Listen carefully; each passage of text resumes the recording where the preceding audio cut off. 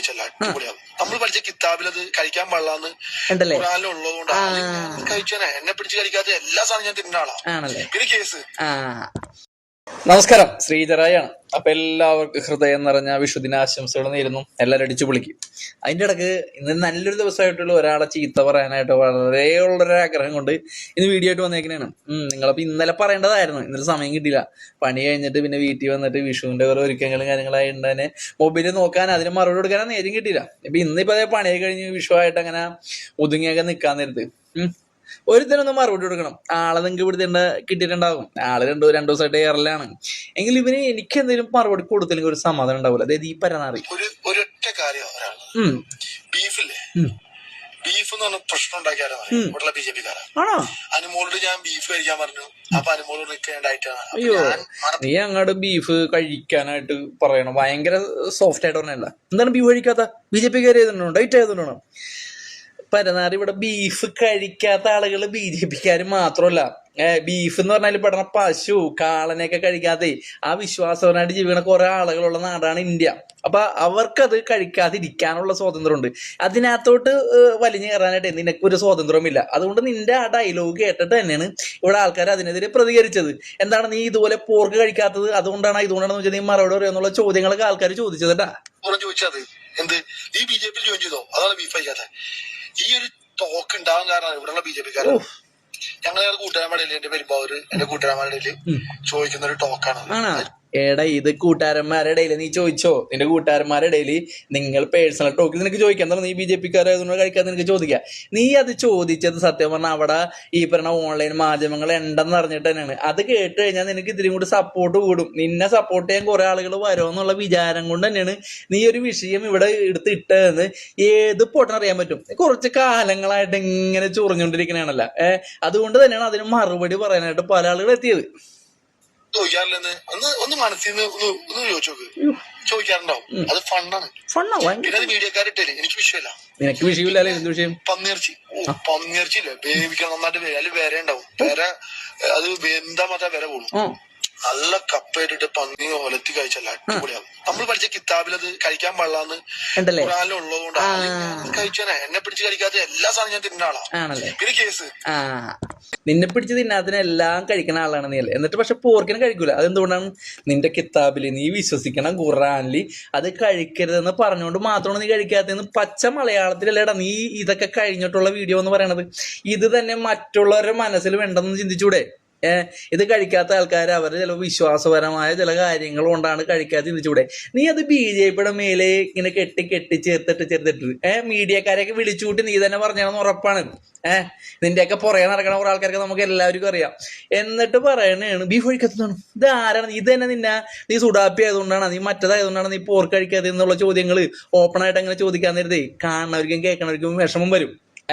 അപ്പൊ നിന്റെയൊക്കെ ഉദ്ദേശ ലക്ഷ്യങ്ങൾ എല്ലാവർക്കും വ്യക്തമാണ്. കാരണം BJP-യെ പറ്റി എന്തെങ്കിലുമൊക്കെ പറഞ്ഞതിന് ശേഷം അങ്ങനെ ഉഷാറായിട്ട് വന്നാൽ കുറെ സപ്പോർട്ട് കിട്ടുമല്ല.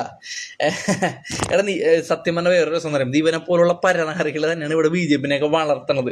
കാരണം ഇതൊന്നും ചിന്തിക്കാതെ, രാഷ്ട്രീയപരമായിട്ട് ഒന്നൊരു കാര്യങ്ങളും ചിന്തിക്കാതെ ബീഫ്, അതായത് പശു ഗോമാതാവായിട്ട് ഇടണം, അത് കഴിക്കാത്ത ആളുകൾ കേരളത്തിലും ഇന്ത്യയിലും പല സ്ഥലങ്ങളുണ്ട്.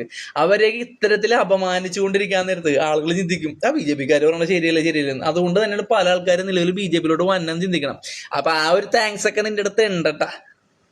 കേസ് കോടതിയിൽ ഘോഷൊക്കെ ചെയ്ത് പിന്നെ ഞാൻ കൊച്ചിനൊന്നും പിടിച്ചിട്ട് പണിയെടുത്തിട്ടില്ല കേട്ടോ. ഇതുള്ള കാലം വരെ കേസ് ഉണ്ടാവും.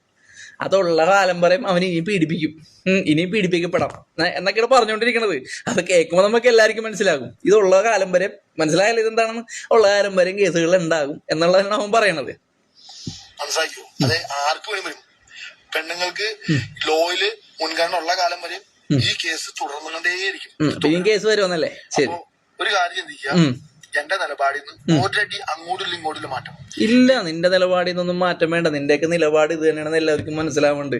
അത് മാറേണ്ട ആവശ്യമില്ല. നീയൊക്കെ മിണ്ടാതിരുന്നാലും നിന്റെയൊക്കെ ഉള്ളിൽ ഈ പെരുത്തിരിക്കണ ഈ ഒരു സംഭവം ഉണ്ടല്ലോ, ഈ മതപരമായിട്ടും ഈ BJP-നെ എതിർക്കുന്ന സംഭവങ്ങൾ അത് ഉള്ളിൽ തന്നെ ഉണ്ടെന്നുള്ള ഉറപ്പുണ്ട്. അതിന് മാറ്റം വരൂല.